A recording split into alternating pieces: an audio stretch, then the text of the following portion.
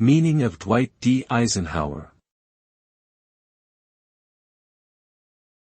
Dwight D Eisenhower. Dwight D Eisenhower. Dwight D Eisenhower. Dwight D Eisenhower. Dwight D. Eisenhower was the 34th President of the United States, serving from 1953 until 1961.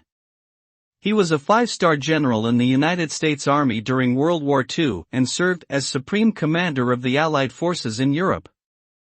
During his presidency, he implemented policies that promoted economic growth and strengthened the military.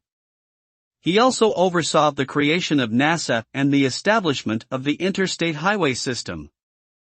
Eisenhower is widely regarded as one of the most successful presidents in American history, known for his leadership, integrity, and commitment to public service.